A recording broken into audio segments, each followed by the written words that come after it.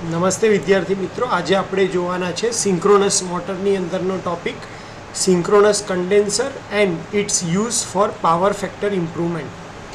Synchronous motor આપણે આગળના લેક્ચરમાં પણ ડિસ્કસ કરી ગયા કે જ્યારે સિંક્રોનસ મોટરને તમે ઓવર એક્સાઇટેડ કરો એટલે કે એના રોટરમાં ફિલ્ડ કરંટ વધારે આપો ત્યારે સિંક્રોનસ મોટર એ પાવર ફેક્ટર ઇમ્પ્રુવમેન્ટ માટે પણ તમે એને વાપરી શકો, કારણ કે પોતે લીડિંગ પાવર ફેક્ટર ઉપર વર્ક કરતી હોય છે. તો આપણે અત્યારે જોઈએ કે સિંક્રોનસ મોટરને તમે કઈ રીતે પાવર ફેક્ટર ઇમ્પ્રુવમેન્ટ માટે યુઝ કરી શકો છો. તો જ્યારે પણ સિંક્રોનસ મોટરને તમે ઓવર એક્સાઇટેડ કન્ડિશનની અંદર રાખો અને સિંક્રોનસ મોટર ઉપર કોઈ લોડ કનેક્ટ નથી કરતા ત્યારે એ સિંક્રોનસ મોટર સિંક્રોનસ કન્ડેન્સર તરીકે ઓળખાય છે અને એનો પોતાનો પાવર ફેક્ટર લીડિંગ હોય છે.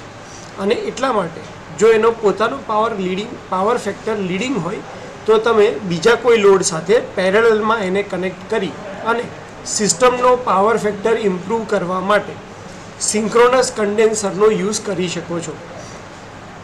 સિંક્રોનસ કન્ડેન્સરનો યુઝ કરવા માટે તમારે કરવાનું શું રહેશે? તો સપોઝ અહીંયા એક 3 ફેઝ લોડ તમને આપેલો છે, 3 ફેઝ લોડ, અને આપણે એનો કરંટ ધારીએ છીએ I1. જે પણ લોડ હશે એનો પાવર ફેક્ટર હંમેશા લેગિંગ હશે અને તો જ આપણે એને ઇમ્પ્રૂવ કરવું છે. તો આપણે એને વેક્ટર ડાયાગ્રામમાં કઈ રીતે દેખાડશું? તો વોલ્ટેજ એઝ અ રેફરન્સ લેશું અને એનો I1 કરંટ કે જે લેગિંગ છે એને દેખાડશું. પાવર ફેક્ટર એંગલ છે ∅1. મારે પાવર ફેક્ટરને ઇમ્પ્રૂવ કરવો છે તો હું શું કરીશ? સિંક્રોનસ કન્ડેન્સરને ઓવર એક્સાઇટેડ મોડમાં ઓપરેટ કરીશ.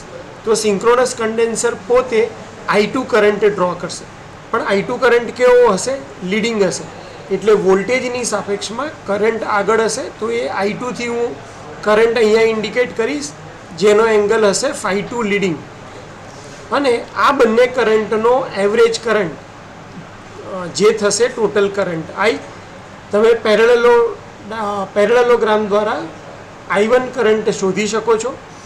એટલે હવે I1 કરંટ જે સિસ્ટમમાંથી ડ્રો થશે એનો પાવર ફેક્ટર પહેલાં કરતાં સુધરી ચૂક્યો હશે, કારણ કે આ લેગિંગ કોમ્પોનન્ટની સામે તમને I2 લીડિંગ કોમ્પોનન્ટ મળ્યો છે જે લેગિંગ કોમ્પોનન્ટને કોમ્પન્સેટ કરી શકશે અને એટલા માટે તમારો પાવર ફેક્ટર ઇમ્પ્રૂવ થઈ જશે.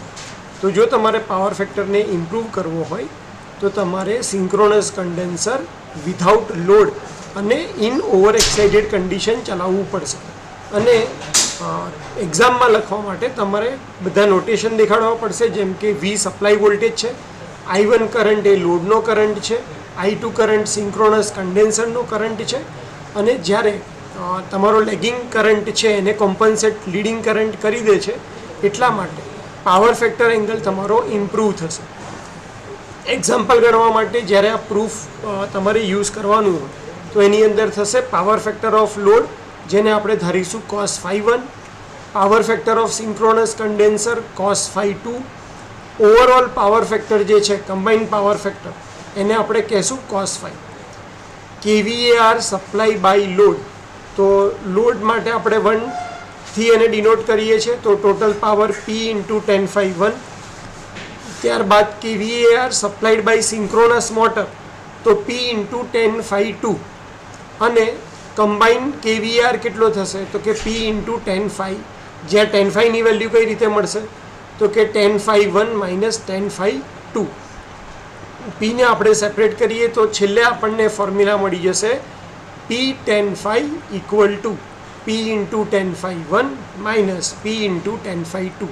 આ ફોર્મ્યુલાને યુઝ કરી અને તમે પાવર ફેક્ટર ઇમ્પ્રુવમેન્ટના એક્ઝામ્પલ ગણી શકો છો. જેમ કે કોઈ એક પર્ટિક્યુલર લોડ છે જેનો પાવર ફેક્ટર 0.6 આપ્યો છે અને તમારો જે સિંક્રોનસ કન્ડેન્સર છે એનો પાવર ફેક્ટર લીડિંગ છે 0.3, સપોઝ 0.3 લીડિંગ પાવર ફેક્ટર છે. તો જ્યારે તમે સિંક્રોનસ કન્ડેન્સર કનેક્ટ કરશો એ લોડ સાથે તો ઓવરઓલ પાવર ફેક્ટર કેટલો થશે? આવા ટાઈપના એક્ઝામ્પલ તમે આ ફોર્મ્યુલાની મદદથી ગણી શકો છો.